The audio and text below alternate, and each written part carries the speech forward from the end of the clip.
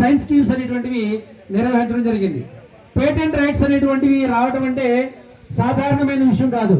మరి చిన్న స్థాయిలో నుంచే వెళ్ళి విద్యార్థి స్థాయిలో నుంచే ఆ యొక్క పేటెంట్ రైట్స్ పొందడం అంటే అది చాలా అరుదైనటువంటి అవకాశం. అటువంటి అవకాశము మరి మా పాఠశాల విద్యార్థికి రావడం అనేటువంటిది మేము గర్వంగా భావిస్తున్నాం. ఇటువంటి కార్యక్రమం అనేటువంటిది కేవలం మన భారత ప్రభుత్వం వారు నిర్వహిస్తున్నటువంటి. At the same time next consecutive year లోనే మరొక విద్యార్థి మళ్ళా జాతీయ స్థాయిలోకి వెళ్ళి అక్కడ ఢిల్లీలో వారి యొక్క ప్రదర్శన ఇవ్వడం జరిగిందండి. మళ్ళా ఈ సంవత్సరము మరొకటి NCSC జాతీయ బాలల సైన్స్ కాంగ్రెస్ అనేటువంటిది మరొకటి. దానిలో భాగంగా ఇక్కడ కూడా సేమ్ అదే జరుగుతుందండి. దీనికైతే యాక్చువల్గా అమౌంట్ అయితే ఎవరు ఈ ప్రాజెక్ట్స్ అనేవి కూడా ఇక్కడ మన లోకల్ గా ఉండేటువంటి ప్రాబ్లమ్స్ ఏవైతే ఉన్నాయో అటువంటి ప్రాబ్లమ్స్ అన్నిటినీ కూడా సేకరించి ఆ సమస్యకి పరిష్కారం చూపిస్తే బాగుంటుందన్న ఉద్దేశంలో ప్రాజెక్ట్స్ అనేవి నామినేట్ చేయడం జరుగుతుంది.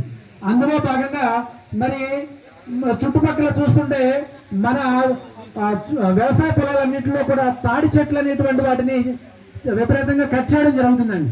నిజంగా మరి మన పెద్దవారందరికీ కూడా తెలుసు తాటికాయల గురించినటువంటి వాటి గురించి రీసెర్చ్ చేస్తుంటే ఎంతో నాలెడ్జ్ సంపాదించడం జరిగింది. అంటే మన పిల్లలు వాటి కార్యక్రమాలు జరుగుతుంది. అందులో నా పేరు నెర్సుకు సుమలత. నేను జడ్పీహెచ్ఎస్ కార్యక్రమంలో 10వ తరగతి చదువుతున్నాను. ఈ రోజు నేను మీ అందరితో కూడా నా ప్రాజెక్ట్ గురించి పంచుకోవాలని ఆశిస్తున్నాను.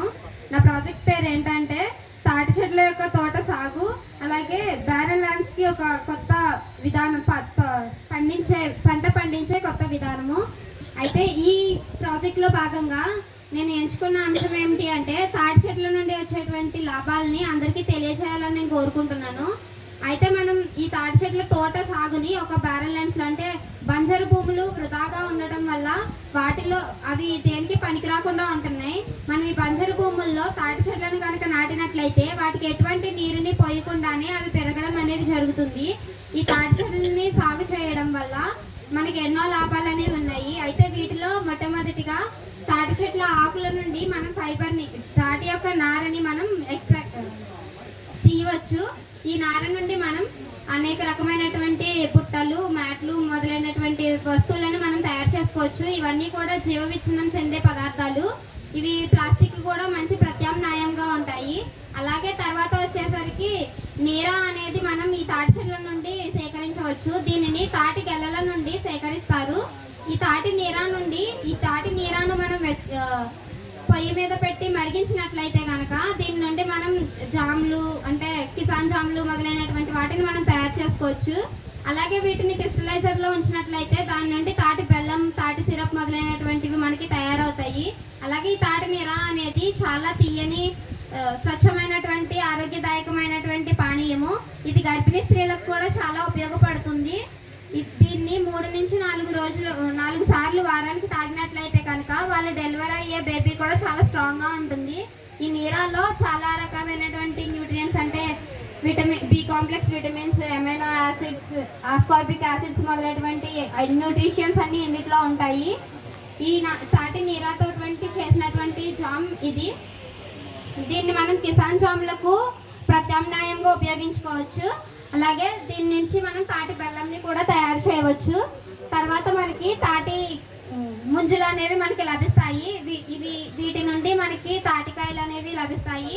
తాటికాయలను మనం ఉపయోగించుకున్న తర్వాత వాటి నుంచి వచ్చే టెంకల్ని వృధాగా పడేస్తూ ఉంటారు కదా, వాటిని తాటి పాత్ర కింద వేసి దాని నుండి మనం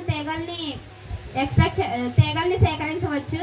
ఈ తీగలను మనం ఒక 2-3 రోజులు, అంటే మహా అయితే ఒక వారం కంటే ఎక్కువ ఉపయోగించుకోలేము. తర్వాత ఇంకా అవి పాడైపోతాయి, అవి ఫ్రిడ్జ్ లో పెట్టినా సరే, ఎలా పెట్టినా సరే.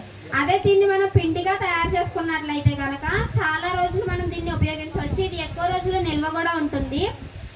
ఈ తాటి తీగల పిండిని తయారు చేయాలంటే మనం ముందుగా తాటి తీగలను ముక్కల కింద కోసుకొని వాటిని ఎండబెట్టుకొని తర్వాత వాటిని గ్రైండ్ చేయడం వల్ల ఈ తాటి తీగల పిండి అనేది తయారవుతుంది.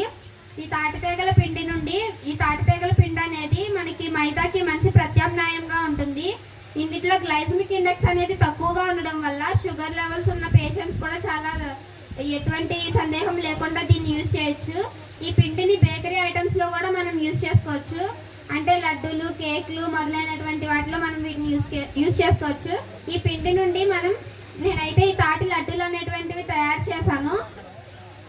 ఈ తాటి లడ్డూలను తయారు చేయడానికి ముందుగా నేను ఈ పిండిని వేపుకొని తర్వాత పాకం పట్టి ఈ రెండింటిని కలిపి లడ్డూలు అనేటువంటి తయారు చేశాను. ఇవి తినడం వల్ల మన బాడీ యొక్క వెయిట్ అనేది లాస్ అవుతుంది. ఇంకా అలాగే ఇమ్యూనిటీ పవర్ కూడా పెరుగుతుంది. డయాబెటిక్ పేషెంట్స్ కూడా బెస్ట్ మెడిసిన్ ఇది. ఈ విధంగా తాటి తీగల నుండి ఇటువంటి పదార్థాలను మనం తయారు చేయొచ్చు. ఇలా చెప్పుకుంటూ వెళ్తే చాలా ప్రత్యామ్నాయాలు, చాలా ఉపయోగాలు తాటి చెట్ల నుంచి ఉంటాయి. అయితే మనం ఇలా తాటి చెట్ల తోటను సాగు చేసినట్లయితే రైతుకి చాలా ఉపయోగం అయితే ఉంటుంది. అయితే వీటన్నిటిని తయారు చేయడానికి ప్రస్తుతానికి మన చుట్టుపక్కల కానీ ఎక్కడ కూడా ఇండస్ట్రీస్ అనేవి లేవు.